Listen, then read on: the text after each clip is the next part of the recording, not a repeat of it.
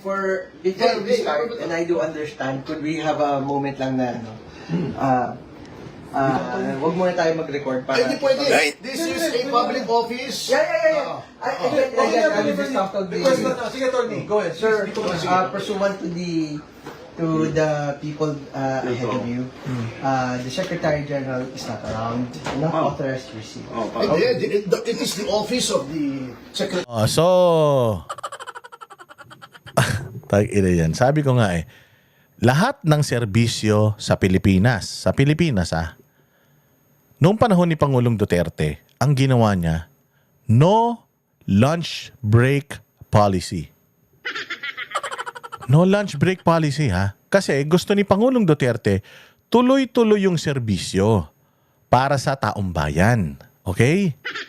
So, ang ginawa ng mga kumpanya noon, may nag-early lunch. Magla-lunch ng 11 o'clock hanggang 12.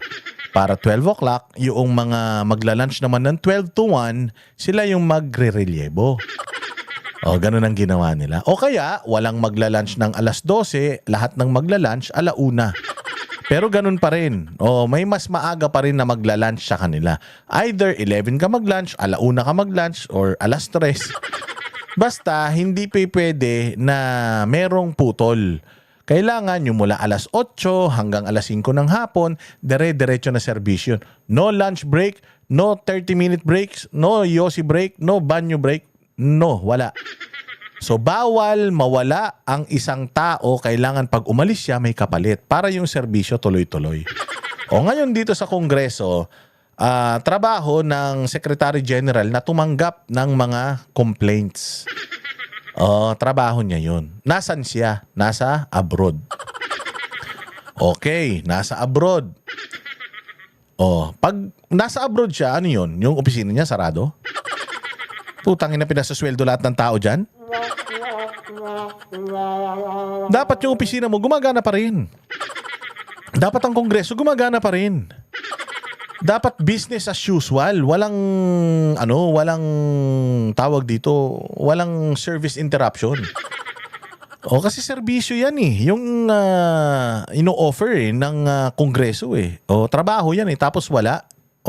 Secretary General. How about the Secretary General? Where's the deputy? Deputy Secretary. Sir, I'm the Executive Director. I am the next in line. Yes. So you should receive. You should receive. In the case of Bautista impeachment, it's the deputy who will receive. Yes. Respectfully. Okay, I'm not here to argue. I don't wish to. Sa kakampi natin to. Yes. I am just relaying my position. I am not, No, attorney, it's not an instruction. It is, I am not In a position to receive it. But in the case of the impeachment of former COMELEC Chairman Bautista, whom we impeach, it was the deputy who received our impeachment The next in line. in 2017. Yes, the next in line. There is already a precedence in the House. I would have to say, Please check the records. I am not arguing. Sir. Okay. I am not arguing. Thank you. Tanga ka pala You're not arguing. Nag-state na sila sa'yo ng precedence or nangyari ng ganun before. Tinanggap. Bakit ikaw ayaw mong tanggapin?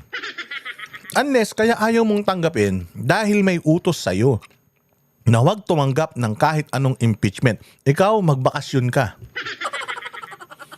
Magbakasyon ka para pag may impeachment na lumapit, walang tatanggap. Syempre, Biyernes, walang pasok. So, Lunes, hihiring na yung kaso ni De Jesus. Pag hiniring yung kaso ni De Jesus, na-dismiss for lack of evidence or merit or whatever, wala na, 1 year bar rule na. Putang ina, hindi na makakapag-file kahit sino. Next year na yung aantayin nila. So dito palang kitang-kita mo na talagang tinatarantado tayo. Pwede naman tanggapin itong assistant pero ayaw tanggapin. Bakit? Kasi nga, putya may play na sila. Walang ifs, walang buts. Ito lang ang impeachment.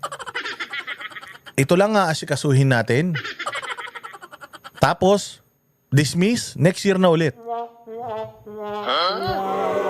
Di ba?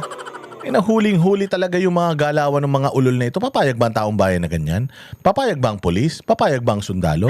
Na tinatarantado tayo ng mga ito, binabayaran natin sila para magtrabaho tapos wala sila para gawin yung trabaho? I'm not even raising my voice, sir. Yeah. Yeah. I am just manifesting. Okay. I am not authorized to receive the document. Attorney, may question. Wow. For the record. Ako, sir, I'm just saying, I'm not arguing, sir. No, it's okay. Wow. What's your... Attorney, question lang. Can it be received ministerially lang? Kahit not you, but Because it's someone... ministerial. No, sir. No one is allowed. Again, the previous people have tried. Okay. I have nicely. But why did you receive the first one? No, I have not received. Hindi, bakit nga? What is the legal basis? Wala naman dito No, sa legal we're not No, arguing. which one, sir? Merong first Yung impeachment kay- prosecution Bakit na nandun na sa office. Hmm. Kay Attorney Jesus.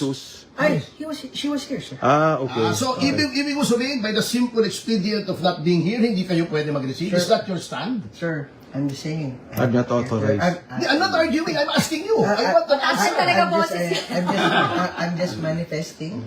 I do not have the authority to receive. Yeah, but Attorney, What is your even basis? the office ka na. Yes, sir. If I cannot, and pababa din, wala din. Wala din. Okay, What is okay your lang. basis? As a lawyer, both lawyers, you have to tell me what your legal authority is. Sir, I'm just manifesting. And that's all. Up to what level yung may authority? Sa office of the SEC. Gagong-gago, no? I'm just manifesting. I'm just saying. I'm not arguing.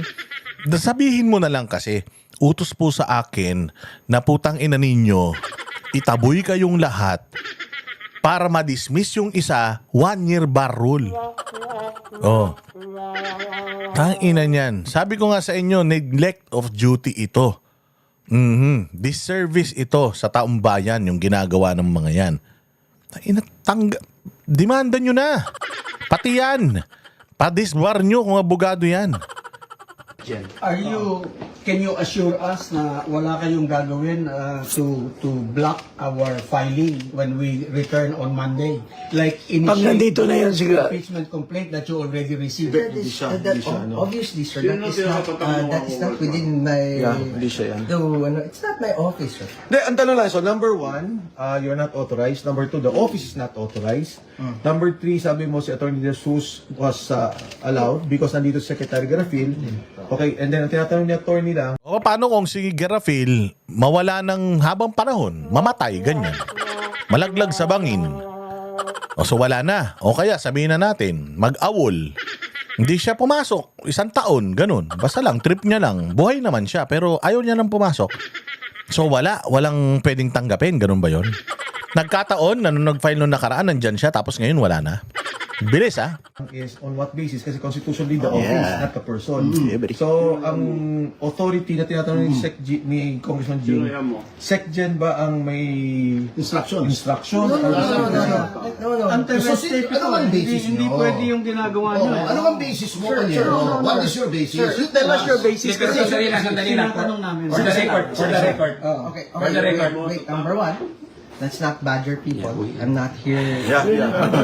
Sorry, if you feel that way. That wasn't meant to. We don't, You just answer the question para hindi ka mabadger. If you're Ganito not kasi. answering the question, we demand answers because we are citizens. We're paying your salary. Ganyan talaga. We're paying your salary, so you answer us. For the meantime, I'm making a proper, even if you don't receive, by law we can proper the complaint and all the annexes, and that is legal. If you will not receive, that is deemed legally received by law. We tender this to you. We are proppering and tendering it Our complaint. in under and by virtue of the Constitution. Teka. Let me say, Sandali. today is 2:18 Okay, si attorney- in the si afternoon attorney of naman. 22nd I January. acknowledge the time is 2:11. Yes. Oh, sige, 2:11. Okay, sige. Para kalma lang tayo, si attorney naman is here to explain to us. Attorney, maybe better Yes, explain it to us right now. I will. Upo muna kayo tayo. Upo muna tayo. Kaya sabi ko baka. Ako muna tayo. Para hindi tayo parang tense dito sa ano. Yeah. Attorney, please sit down here. I note your manifestation, sir. I note your manifestation. But going back, Banyero, to my original question, what is your legal authority in saying that you are not authorized to receive? We want to know. We are It curious. is a statement of fact na I am not authorized. So you are saying that based on your own conclusion of what the law says, you are not authorized. Is that what you're telling this fellow lawyer? It's not in the law. It's Kaya against nga, the law. It's against the law. is that what you're saying? Okay lang, sandali So sinasabi na ni attorney, I'm not authorized. Ang ina, kawawa kayo rito. Ang tatalino ng mga to. Sa sobrang talino nila, hindi na alam nung loko-loko ng taga-congress yung gagawin niya. Stop badgering. Anong badgering? Gago. Kung ginagawa nyo yung trabaho nyo, walang magbabadger sa inyo. Plain and simple. Receive nyo yan and treat it fairly. Panginan yan. Meron tong it's a matter of may matter of urgency dito eh. Urgent ito. Dahil nga putya yung ampaw na impeachment complaint nung loko-lokong De Jesus. Pag na-dismiss sa Lunes yan, wala nang silbi tong mga ginagawa ng effort nila na mag-gather ng mga napakarami mga ebidensya. Is there an instruction, attorney? Sinasabi nyo, ang ingay-ingay nyo, hindi nyo dalhin sa tamang forum, ba't hindi kayo mag-file? Ito na, nagfa-file na, tas hinaharang nyo. Ano ba yan? Anong klase yan? Walang So instruction that- from SecGen, walang instruction from... Okay, going to my next question. Okay. Since there is no instruction, you're saying that you cannot receive the complaint is based on your conclusion of the what the law says. Wait, sir. Wait, sir. Okay, listen mo, sir. These questions, what are they for? We want to know because we are citizens. We are paying And your this is a public salary. office. Anak ng putya, para pinasasagot ka, pinare-receive sa'yo, ayaw mong i-receive, tinatanong ka bakit ayaw mo i-receive, tapos para saan yung tanong? Anak ng putang ina talaga. Ito yung mga nagpapatakbo ng gobyerno natin, buwaka ng ina niyan. Wala talagang pag-asa Pilipinas kapag kaganyan, putang ina, parang grade 1 yung kausap mo. Grade 1 na nga, may lagnat pa. You are a public official. Okay, one by one.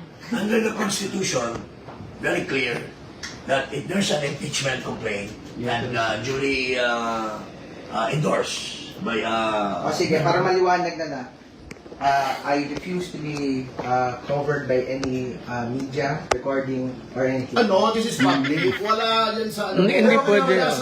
Tangina, I refuse to be recorded. Ulul, tangina ka, tapos na ang karera mo, sir.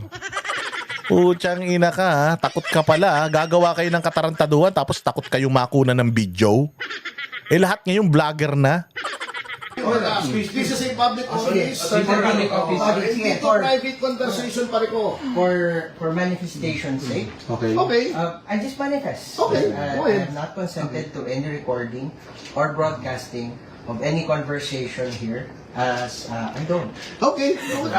Our lawyer and co-complainant, Attorney Perry Topacio, will tender the complaint. Okay, let's Hindi, sandali lang, for the record. Oo. We'll tender the complaint in accordance with the Constitution. I note, I note for the proper. That's kanina yun, di ba? I note. Inabot ko. Yes, sir. I note for the proper. I said no. Para let's go through the motion. Okay. I said no. Yes. Para at least po. Okay. Nonetheless, we are tendering the Attorney, complaint. just to be to be candid, syempre, because we understand na hindi ka naman yung authorized, but of course, as a group, we will also take legal steps. That's why may mga ganito lang motions. You understand na? So, thank you. Wala pong sama na loob. If that is what I understand. So in fact, we feel sorry that Ina mo, yari ka ngayon. Tapos ka na, sir. you have to take the We fall thank you this for video. receiving us. So, maraming salamat. Kung may- Yung documents. Yes. Establish ko lang. It's 2/11/22 January na tinender namin sa iyo yung aming Para verified. kukumpletin ko na rin po. Okay. It was an attempt to No, it's not an attempt. We tendered to you. We tendered to you. Para kukumpletin ko na nga. Galing na sa kanya. Sige, let You him... were here To tender. To tender. I refused. That's legal. And you left a copy here in the office. You could actually leave it there. Para okay na po tayo. Pwede bang ma-receive, Is that satisfactory? Okay na. Okay, Yes, thank you. This Thank is you. what I Thank you. propose. Di ba office, kapanyero, di ba office hours nyo hanggang alas 5? 7 o'clock. 7 o'clock, okay. Since wala si Cheloy dito, hihintayin namin na dumating siya ulit. Yeah, very. Ako, hintayin ko. I'll stay here until 7. Sama si Cheloy. Tanungin mo ko We sa will wait Out of the country. until Okay. Kaya, Anyway, thank you for that. Alam mo naman na, where is the SecGen? Where is the SecGen? Asan ang section? For the Bilib na bilib ako talaga dito eh. Madiplomasya talaga ito si Congressman Secretary Mike Defensor eh. Ayaw niya rin talagang magkaroon ng gulo dahil naiintindihan niya putang ina bobo tong kausap nila eh. Tangina parang si si Damulag. Tsaka si Suneo sa Doraemon, no? Parehas tanga. Ganyan yung kausap nila parang manika eh. Yan ang problema. May prinsipyo ka naman. Alam mo naman yung tama at mali. Pero putyang ina, dahil aso ka, wala. Talagang kahit mali na, pinaninindigan mo pa rin. Ganyan ang pamahalaan natin ngayon. Nakakadiri. Where's the section? For the record. Taiwan. And in her absence, who is the acting section? Sandali. For the record. Who is? Isa-isa lang. It's you. It's you. There is no acting secretary. Siya ang ano. Who's the second in But you are command? second in command. In this office, I am the executive. Nonetheless, we are tendering and proffering our original complaint and the annexes for and under and by virtue of the Constitution of the Republic of the Philippines. Kaya kanina ko pa sinasabi, baka meron kayong binabiolate na civil service regulation. Kasi you're supposed to be, pagka wala dito yung Automatic. May officer in charge. Merong papalit, merong susunod. Automatic. Secondly, Panyero. Wala. Secondly, Panyero. Bakit si Garapin?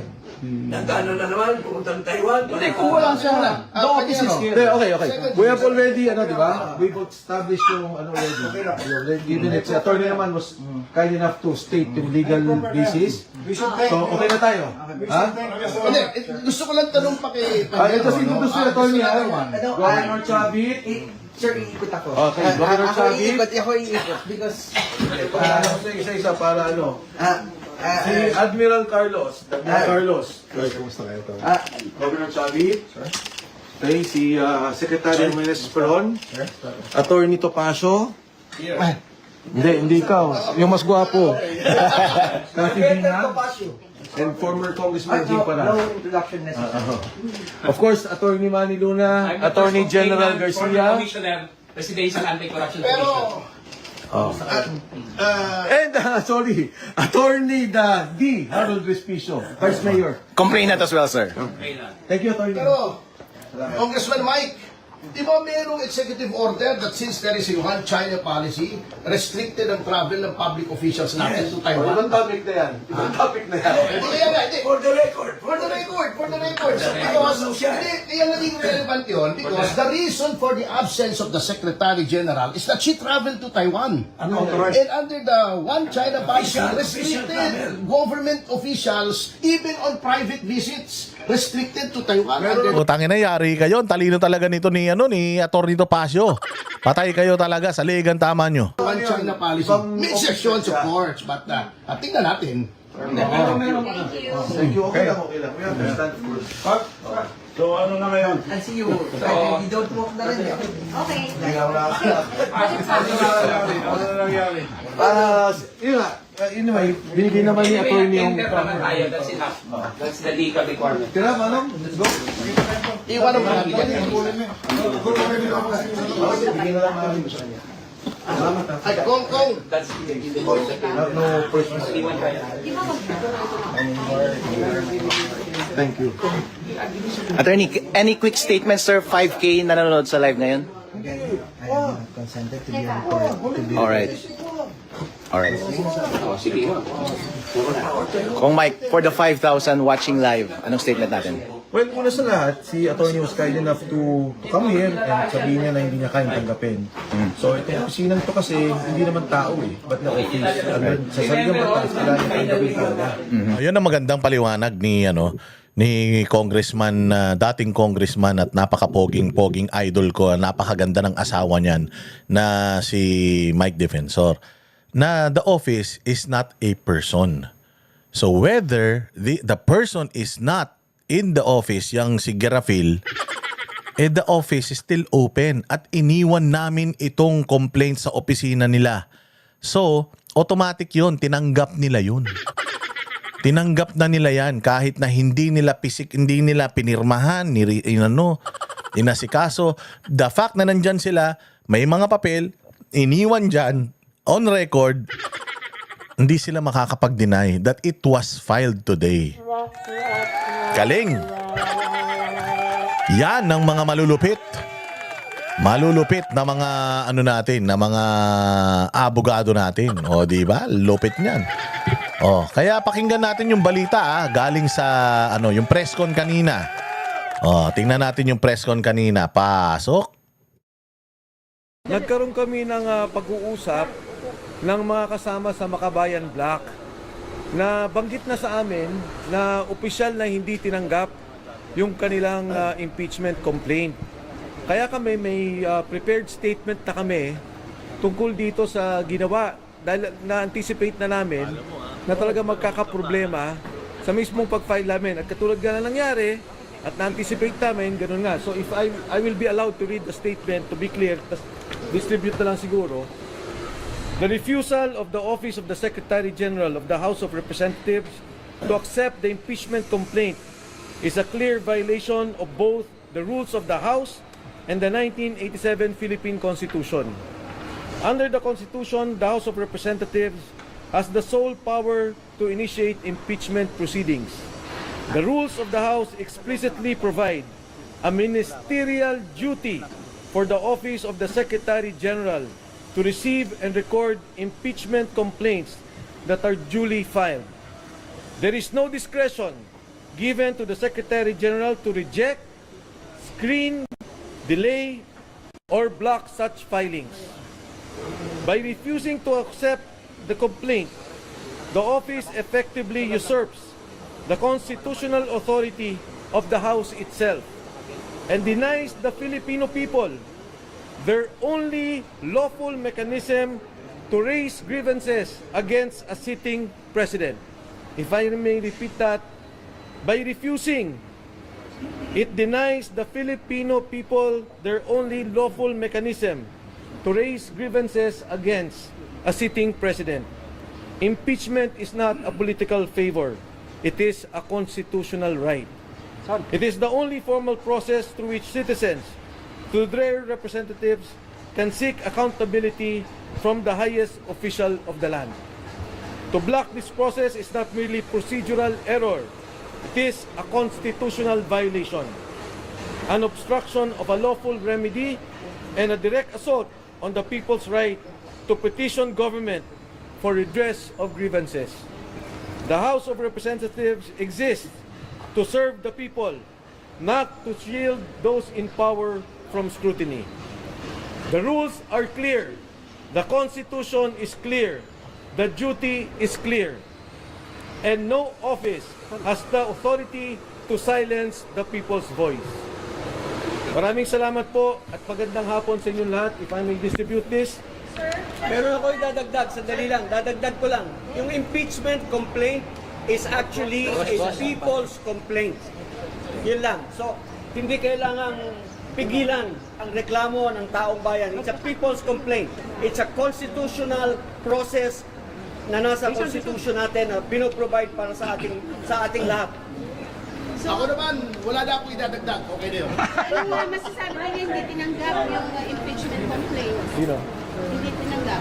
Hindi, yun nga, sa hindi pagtanggap nila, it is not only a violation of the rules, but of course of the Constitution. At ang mas mahalaga, ito lang kasi ang paraan ng taong bayan na magreklamo sa nakaupong Pangulo. Hindi ka pwedeng mag-file sa ombudsman, hindi ka pwedeng mag-file sa korte.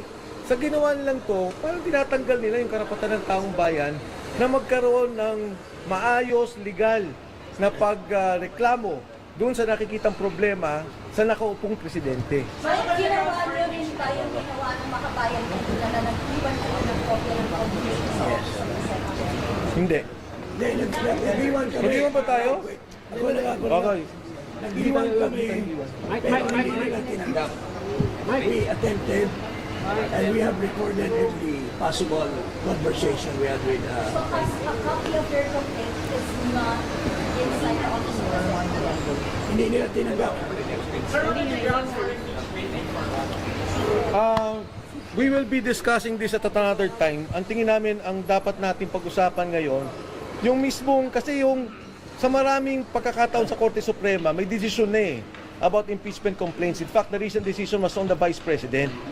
At mabigat tong hindi pagtanggap, hindi namin maintindihan kasi hindi naman si Secretary General Cheloy ang sinasabi ng Saligang Batas. Ang sinasabi ng Saligang Batas, yung opisina. Dapat i-receive nila yun.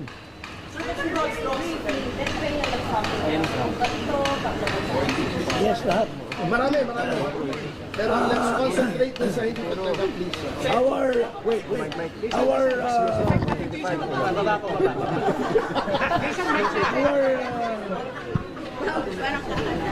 Kasi ako pause eh.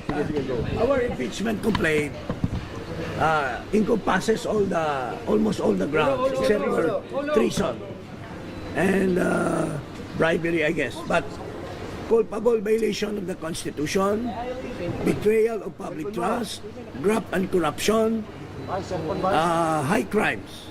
These are all embodied in our complaint against Marcos Jr. Ano yung offenses, sir? Offenses?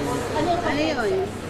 Sa ngayon, we will call for a press conference tomorrow Press con kami para i-discuss yung details. Pero sa ngayon, yun yung statement namin. Ang hindi pagtanggap nito, ha?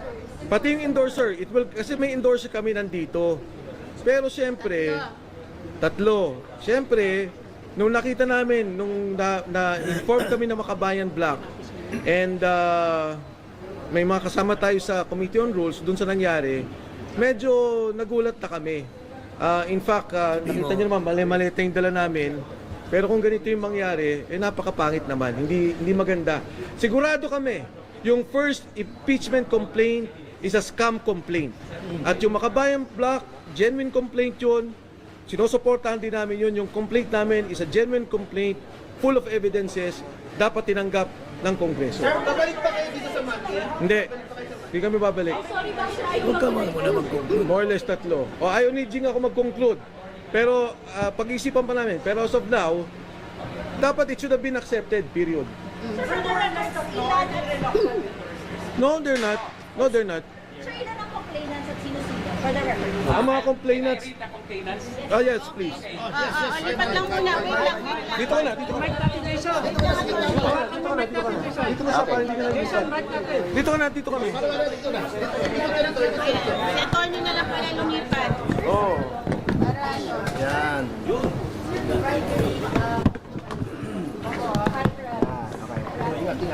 The complainants in this case entitled in the matter of the impeachment of Ferdinand R. Marcos Jr., President of the Republic of the Philippines, Manuelito de los Reyes Luna, yours truly, Jacinto B. Paras, Ferdinand S. Topacio, Michael T. Defensor, Harold Respicio, Mary Catherine Diaz Binag, and Virgilio R. Garcia.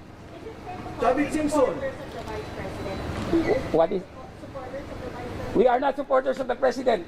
We, of the Vice President.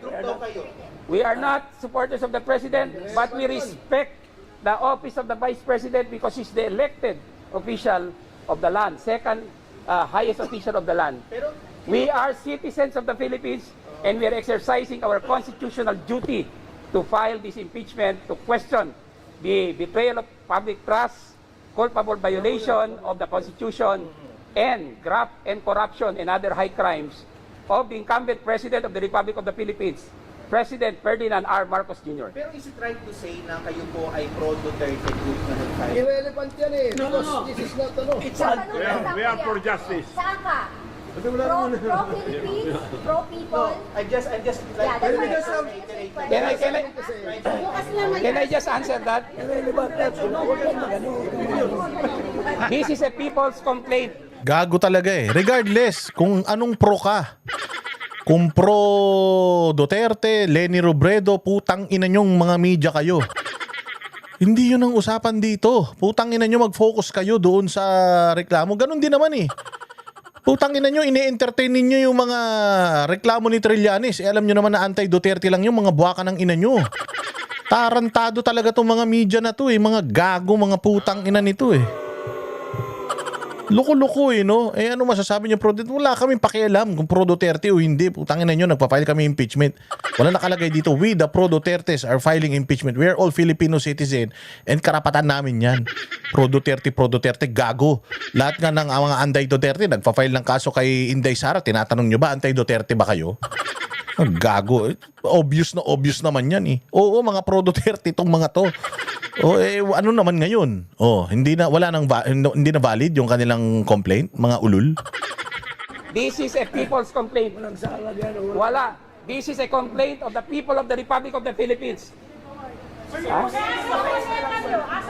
Excuse us, sorry.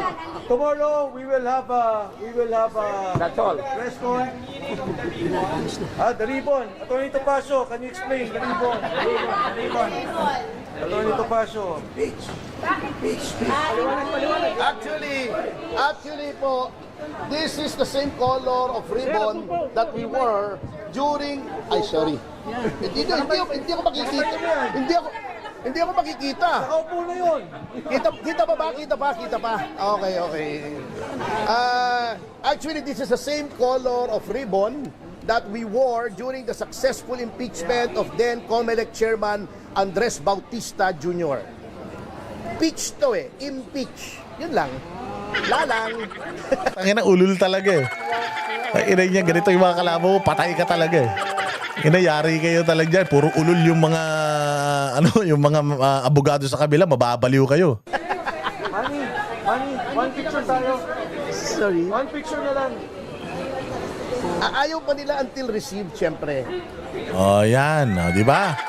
Ina nyo gusto nyo ululan Ayan, putang ina nyo, gusto nyo ululan. Kaya inuulol na rin kayo nung mga nagpa-file ng impeachment. Ayan, napakaganda ng mga talakayan natin ngayon. Kaya wag nyong kalilimutan mag-like, mag-share, mag-subscribe. Tinatalo kayo ng mga nagre-report ng channel natin. Huwag kayong pumayag. Pag ito channel natin na take down, putang ina nyo, wala na tayong kwentuhang walang kabuluhan. Kaya mag-like, mag-share, mag-subscribe. Mag-super thanks naman kayo para para meron tayong pambili sa labat. Maraming salamat, mabuhay kayo.